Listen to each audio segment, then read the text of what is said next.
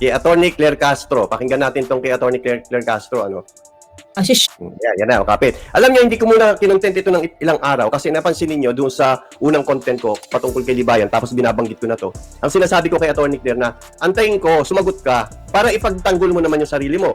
Kasi kung hindi mo ipagtatanggol yung sarili mo, baka sabihin mo naman na one-sided ako. Kaya ilang araw, di ba? Hindi ko, sabi ko pa nga sa kanya na, umakyat siya kung gusto niya. Makakarating naman sa kanya dami niyang bataan Akyat ka kung gusto mo para ma-justify mo. Kasi baka nga naman may mali ka lang na nasabi dito. 'Di ba? Tumatanggap naman ako noon. Halimbawa, nung sabi mo, hindi, nagkamali lang ako diyan. Ganito ibig kong sabihin diyan. Tumatanggap ako noon, Attorney Claire. Kaya nga inaantay kita na sagutin itong pinalabas ko. Panoorin mo kung ano yung sinabi mo. Kasi kung may mali ka ron at sinabi mo na mali ka, wala tayong pag-uusapan, hindi kita i-content. Pero walang nakarating sa akin Guys, sinagot ba ni ni Attorney Claire yan? Sinagot ba ito ni Attorney Claire? Parang walang nakarating sa akin kasi alam niyo naman kapag may mga nagko-content na ganito, na alam naman nila na ito yung content ko, ini-screenshot nila yan or nire-record nila tapos sinesend sa GC. Pero since wala naman, edi tingnan na natin ngayon itong ginagawa mo ngayon, Attorney Claire. At dito ka nakamana ng katangahan kay Bantot. Nakamana ka na ng katangahan kay Libayan, nakamana ka pa ng katangahan kay Bantot. Tandaan mo kapag ang palibot mo puro bobo, magiging bobo ka rin. Kabaliktaran doon sa sinasabi ni Libayan. Sabi ni Libayan, para tumalino ka, paligiran mo yung sarili mo ng mga bobo para tumalino ka. Mali ka rin, Libayan. Ang hindi mo napapansin, Libayan, pabubo ka na rin ng pabubo. Ngayon ganito, hinahatak nyo sa baba itong si Attorney Claire Castro. Ang galing naman to Mula nang kumampi kay Libayan, naging pabubo na rin ang pabubo. Attorney Claire, hanggat may pagkakataon pa, isalba mo ang utak mo hanggat nasa taas pa. Yun ay payo ko lang naman sa iyong kaibigan. Walang personalan, Attorney Claire, ano? Yun lang ang payo ko sa iyo. Tignan mo, ipapakita ko sa iyo kung paano ka ginawang bobo ng mga kabatas. Tignan mo. Alam natin nakasidekit kay Libayan. At alam mo rin na binabanatan ko si Libayan pagdating dito sa minor na ito. So, nung may nagtanong sa iyo, ang una mong ginawa, sa halip na pairalin mo ang batas, una mong ginawa, dinipensahan mo si Libayan. Didepensahan. Ma'am Shirley Samonte, shoutout sa iyo. Attorney Claire Castro, yan po yung beshi nyo. Si Sisi. Ayan po yung si Sisi. Ang ginawa ni Attorney Claire dito, dinipensahan niya agad si Libayan. Dahil sa pagdepensa niya, nagkabulul-bulul pa siya. O, pakinggan natin pakinggan natin. Okay. Si Shirley. Shirley. Ano sabi ni Shirley? Tanong ko lang, bawal po ba magdala ng minor sa motel kahit di mo ka mag-anak? General rule, yes, bawal. With exemption. Si Libayan, yung exemption, yun ang ginawa niyang general rule. Tingnan niyo yung kabubuhan ni Libayan, Yung exemption, yun ang ginawa ng general rule. Pwede pagka mag-anak. Kaya ang sagot ni Libayan, pwede. Hindi bawal. Huwag yung hinga ng ID kasi hindi bawal. Ngayon, ito, alam ni Attorney Claire ang sagot Ang problema, inuna niya na depensahan si Libayan. Pansinin ninyo kung paano siya sumagot. Alam niyo, guys, kapag ang isang tao nagsasabi ito ng totoo, walang kakurap-kurap sasagot yan. Pero kapag ikaw nag-iisip, patinga-tingala ka pa, nag-iisip kaliwa, kanan, kaliwa, may ibig sabihin yun. No? May ibig sabihin yun, Attorney Claire. Dinidepensa niya dito si Libayan. Pakinggan natin ulit. Si Shirley. Ito, ano sabi ni Shirley? Tanong ko lang, bawal po ba magdala ng minor sa motel kahit di mo ka mag-anak? Depende sa sitwasyon. Depende. Pwede, pero depende.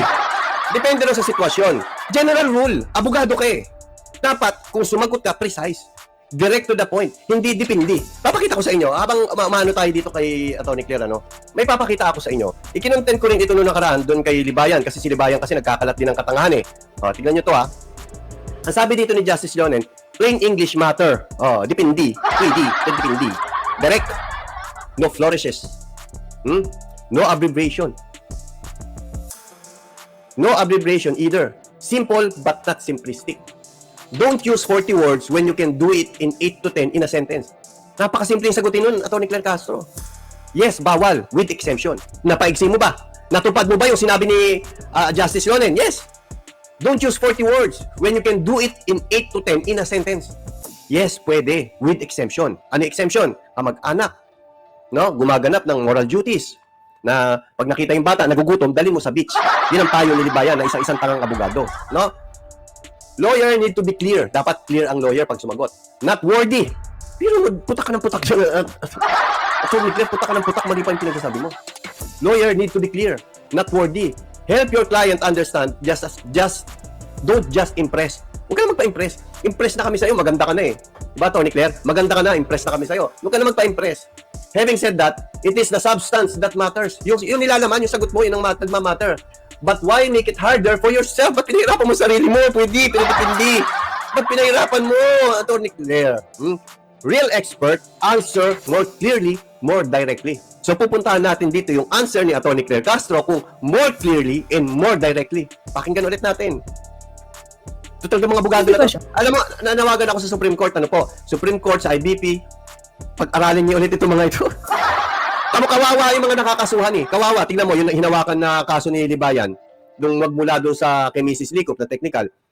Hindi ba kayo concerned sa mga nagiging kliyente ng mga bobong abogado na ito?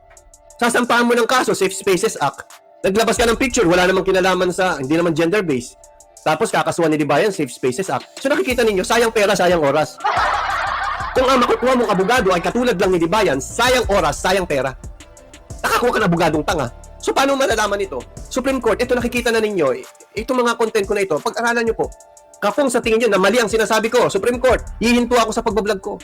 Kapag nakita ninyo na mali itong sinasabi ko, itong content ko ngayon, sabihin nyo na mali, justify nyo. Di ba? Ngayon, balik tayo rito, pakinggan natin ito. Okay? Si Shirley. Ito, ano sabi ni Shirley? Tanong ko lang, bawal po ba magdala ng minor sa motel kahit di mo ka mag-anak? Depende sa sitwasyon. Depende sa sitwasyon. Halimbawa, teacher mo. Teacher mo, ano, babae? Ano siya ng halimbawa? Supreme Court, pakisagot ito. Ano yung halimbawa niya ng teacher? Ibig bang sabihin yung teacher ang nagbibigay ng karapatan sa'yo para magdala ng minor sa motel? Teacher ka eh, dalhin mo sa guidance. Dalhin mo sa principal's office. Teacher ka, dalhin mo sa DSWD. Pero bakit motel? Depende kung teacher ka. Anong katarantaduhan yan? Hindi ko sinasabing tarantado si Atty. Claire Castro. Bilib na ako dyan eh. Pero naging bobo lang ito nung dumikit kay Libayan at saka kay Bantot. Bakit ko nasabing na dumikit din siya kay Bantot? Pakinggan nyo, yung reasoning ni Bantot nakuha nito eh. Nakuha ni Atty. Claire eh. Binaba niya yung kanyang pagiging abogada. Hindi ko talaga mag-get yung teacher dito. Hindi ako makamove on. Isang linggo na. Well, wala pa isang linggo yan. Isang linggo na feeling ko eh. Depende sa sitwasyon. Halimbawa, teacher mo. Teacher mo, ano, babae? Opposite sex? Dito pa, may tanong pa siya. Ano, babae? Opposite sex? Hindi mo na kukwestiyonin yun eh. Ang sabi doon, huwag ka magdadala ng minor. Kahit babae ka, huwag ka magdadala ng minor. Bakit? Kasi irrelevant. Bakit irrelevant? Ipapakita ko sa inyo mamaya kung bakit irrelevant. Ang layo. Hindi ko alam. Atty. Claire, nag-iisip ka ba bago sumagot? Tanong ko lang yun ha. Nag-iisip po ba kayo bago sumagot? Kasi dalawa na sablay na nakita ko rito eh. Teacher. Tapos, babae o lalaki. Irrelevant yun. Kahit ka sabihin natin, hindi na tomboy kasi sabihin na iba, okay, paano kung tomboy tapos may dalang minor? Possible yun. Pwede yun. Pwede. Tanggalin na natin yun. Hindi na tomboy, babae na. Babae sa babae, puro. Organic. Mamaya sasagutin ko bakit at kung bakit irrelevant yung sinasabi ni Atty. Claire. Tuloy. Diba? Depende. Bakit kayo nandoon? Bakit kayo nandoon? Paano mo namin malalaman? Yun din yung tanong ko kay Libayan eh. Tingnan mo, iisa sila ng takbo ng utak. Bakit kayo nandoon?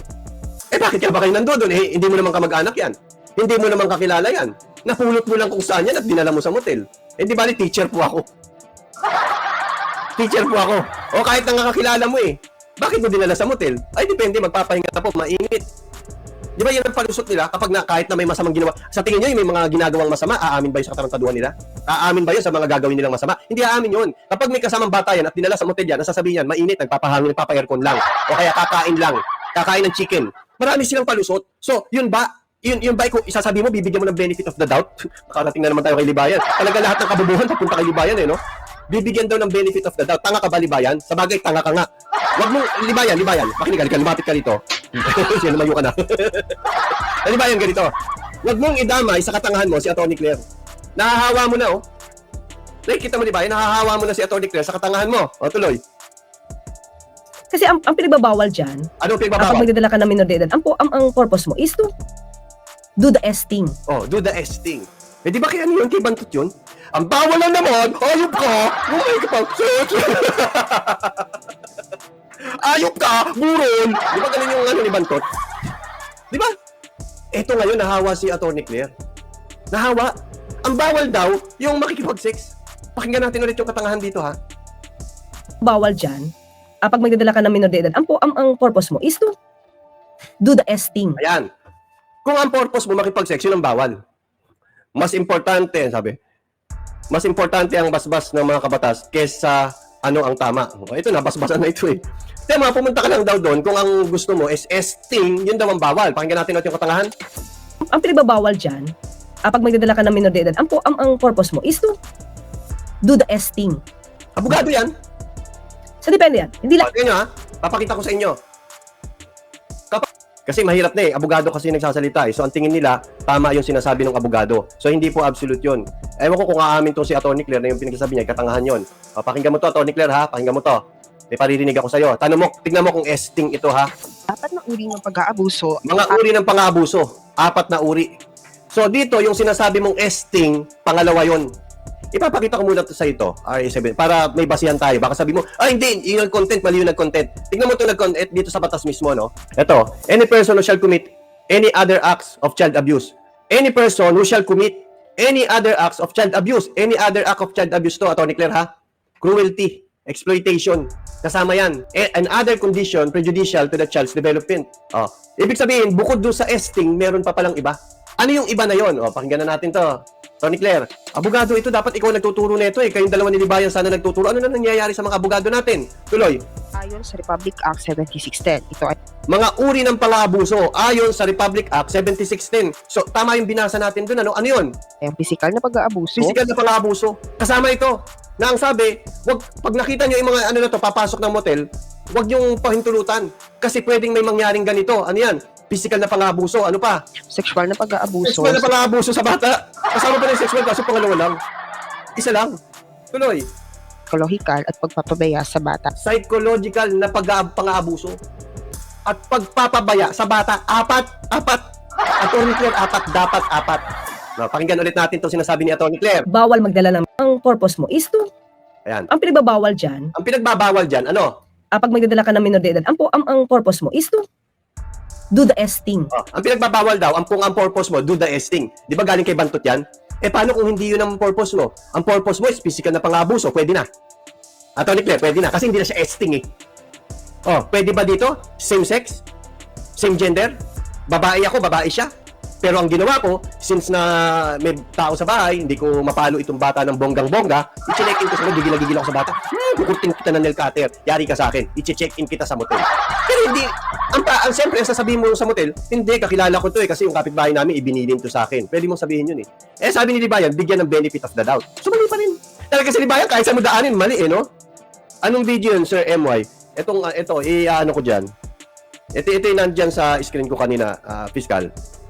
So, hindi lang pala pakikipagtalik. Pwede pa lang physical na pang-aabuso. At pwede rin psychological na pang-aabuso. At pwede rin pagpapabaya sa bata. Hindi na lang mo ron. Kasi, halimbawa, may jowa ka. Magjejerjeran kayo ng jowa mo. May anak ka. Ginawa mo sa anak mo, i-check-in mo sa motel. Binili sa'yo ng kapitbahay mo. Uy, alagaan mo tong bata. O kaya binikbit mo lang yung bata. May kipag-date ka, ginawa mo ng rason yung bata ro sa amo mo.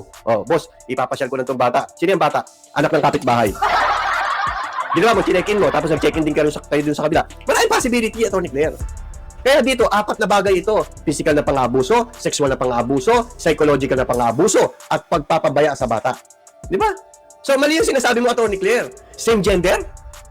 Same sex? Relevant? Gets mo? Panggan ulit natin, panggan natin. Si Shirley. Ito, ano sabi ni Shirley? Tanong ko lang, bawal po ba magdala ng minor sa motel kahit di mo ka mag-anak? Depende sa sitwasyon. Depende sa sitwasyon. Halimbawa, teacher mo. Sablay number 1. Teacher mo, babae? Sablay number 2. Regardless of gender. Tuloy. Opposite sex? Opposite sex. Diba? Depende. Bakit kayo nandoon? Kasi ang pinagbabawal dyan, pag magdadala ka ng minor de edad, ang purpose mo is to do the esting. Sablay number 3. Biro mo, Atty. Claire, ang iksi-iksi ng sagot mo, ang dami mong mali. Lahat irrelevant yung sinasabi mo eh. Simple naman ang sagot dyan eh. Ang sagot dyan, bawal. With exemption. Gets? Tuloy. So, depende yan. Hindi lahat bawal magdala ng minor de edad. Tignan niyo kung paano siya sumagot. Depensa. Depensa yung ginawa niya eh. Hindi ka sumasagot, bisa nagtatanong. Sumasagot ka, depensa kay Libayan. Ginawa kang tanga ni Libayan. Ginagawa kang bobo ni Libayan. Akala ko ang kaya lang gawing bobo ni Libayan yung mga subscriber niya.